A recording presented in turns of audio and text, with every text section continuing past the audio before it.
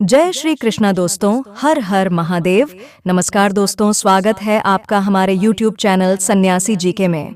दोस्तों, वीडियो शुरू करें उससे पहले आप महादेव के सच्चे भक्त हैं तो इस वीडियो को एक प्यारा सा लाइक करके चैनल को सब्सक्राइब कर दें। तो मेरे साथियों, आज के इस वीडियो में हम आपको सुनाने वाले हैं हरितालिका पूजा की संपूर्ण ऐसी व्रत कथा जिसे सुनने के बाद आपका व्रत सर्वथा सार्थक हो जाएगा। इस कथा में इतनी शक्ति है कि इसको सुनने बाद आपके व्रत के साथ आपका जीवन भी धन्य हो जाएगा। लेकिन ध्यान रहे कि इस कथा को पूरा सुने, नहीं तो जो लोग भी इस कथा को आधा अधूरा छोड़ देते हैं, पूरा नहीं सुनते हैं, तो वैसे लोगों का व्रत भी सफल नहीं होता और भगवान शिव के साथ माता पार्वती हमेशा के लिए रूठ जाती है। तो चलिए सभी लोग इस कथा को ध्यान लगाकर और मन लगाकर सुनिए। तो दोस्तों, एक दिन माँ पार्वती भगवान भोलेनाथ से पूछती है कि ही भगवान, ये पृथ्वीलोक पर लोग हरितालिका तीज का व्रत क्यों करते हैं? तो भगवान मुस्कुराते हुए बोले, ही गौरा, ये सब आपके द्वारा ही शुरू किया गया अखंड निर्जला व्रत है। तो मैया बोली, ही प्रभु, मैं सब कुछ भूल गई हूँ, कृपया आप मुझे उस पवित्र दिन का स्मरण कराएं। तो श्री भोले शंकर बोले, हे गौरी, पर्वतराज हिमालय पर स्थित गंगा के तट पर तुमने अपनी बाल्यावस्था में 12 वर्षों तक अधोमुखी होकर घोर तप किया था। इतनी अवधि तुमने अन्न न खाकर, पैरों के सूखे पत्ते चबाकर व्यतीत किए। माघ की विकराल शीतलता में तुमने निरंतर जल में प्रवेश करके तप किया।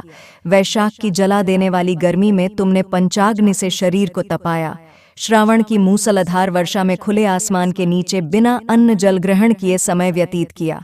तुम्हारे पिता तुम्हारी कष्ट साध्य तपस्या को देखकर बड़े दुखी होते थे, उन्हें बड़ा क्लेश होता था। तब एक दिन तुम्हारी तपस्या तथा पिता के क्लेश को देखकर नारद जी तुम्हारे घर पधारे। तुम्हारे पिता ने हृदय से अतिथि सत्कार करके उनके आने का कारण पूछा। नारद जी ने कहा, गिरिराज, मैं भगवान विष्णु के भेजने पर यहाँ उपस्थित हुआ हूँ। आपकी कन्या ने बड़ा कठोर तप किया है, इससे प्रसन्न होकर वे आपकी सुपुत्री से विवाह करना चाहते हैं। इस संदर्भ में आपकी राय जानना चाहता हूँ। नारद जी की बात सुनकर गिरिराज गदगद हो उठे। उनके तो जैसे सारे क्लेश ही दूर हो गए।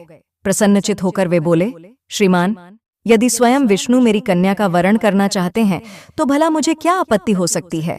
वे तो साक्षात ब्रह्म हैं। हे महर्षि, यह तो हर पिता की इच्छा होती है कि उसकी पुत्री सुख संपदा से युक्त पति के घर की लक्ष्मी बने। पिता की सार्थकता इसी में है कि पति के घर जाकर उसकी पुत्री पिता के घर से अधिक सुखी रहे।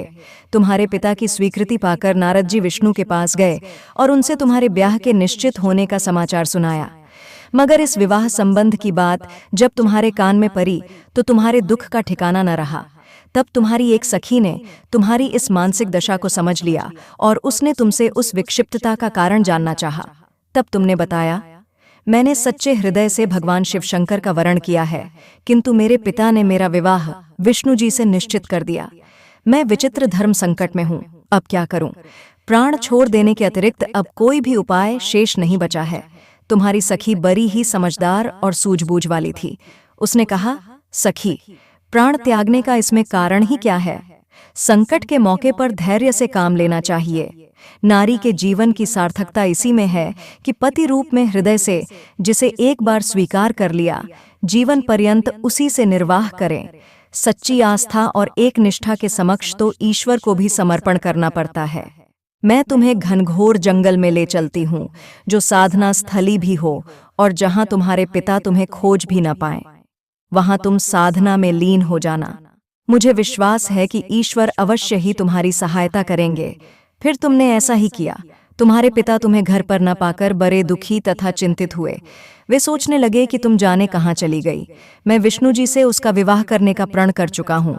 यदि भगवान विष्णु बारात लेकर आ गए और कन्या घर पर न हुई तो बड़ा अपमान होगा।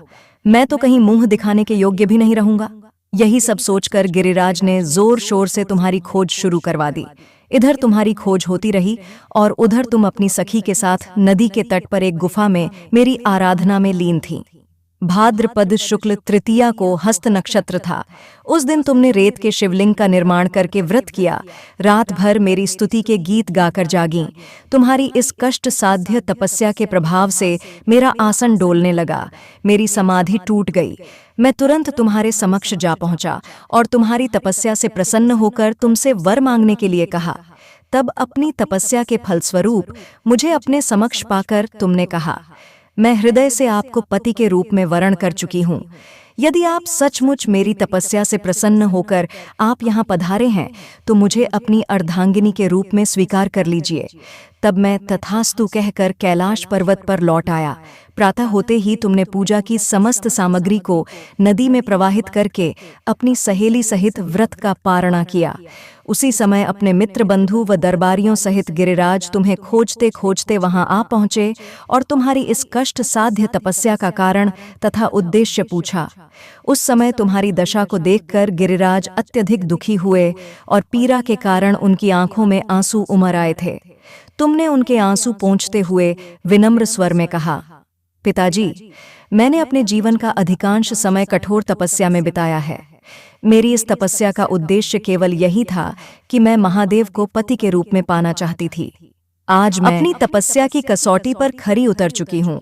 आप क्योंकि विष्णु जी से मेरा विवाह करने का निर्णय ले चुके थे, इसलिए मैं अपने आराध्य की खोज में घर छोड़कर चली आई।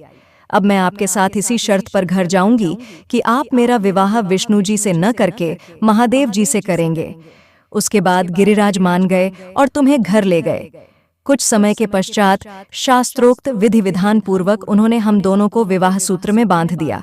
अर्थात, हे पार्वती, भाद्रपद की शुक्ल तृतीया को तुमने मेरी आराधना करके जो व्रत किया था, उसी के फलस्वरूप मेरा तुमसे विवाह हो सका। इसका महत्व यह है कि मैं इस व्रत को करने वाली कुंवारियों को मनोवांछित फल देता हूँ। इसलिए सौभाग्य की इच्छा करने वाली प्रत्येक युवती को यह व्रत पूरी एक निष्ठा तथा आस्था से करना चाहिए। प्रेम से बोलो, हर हर महादेव।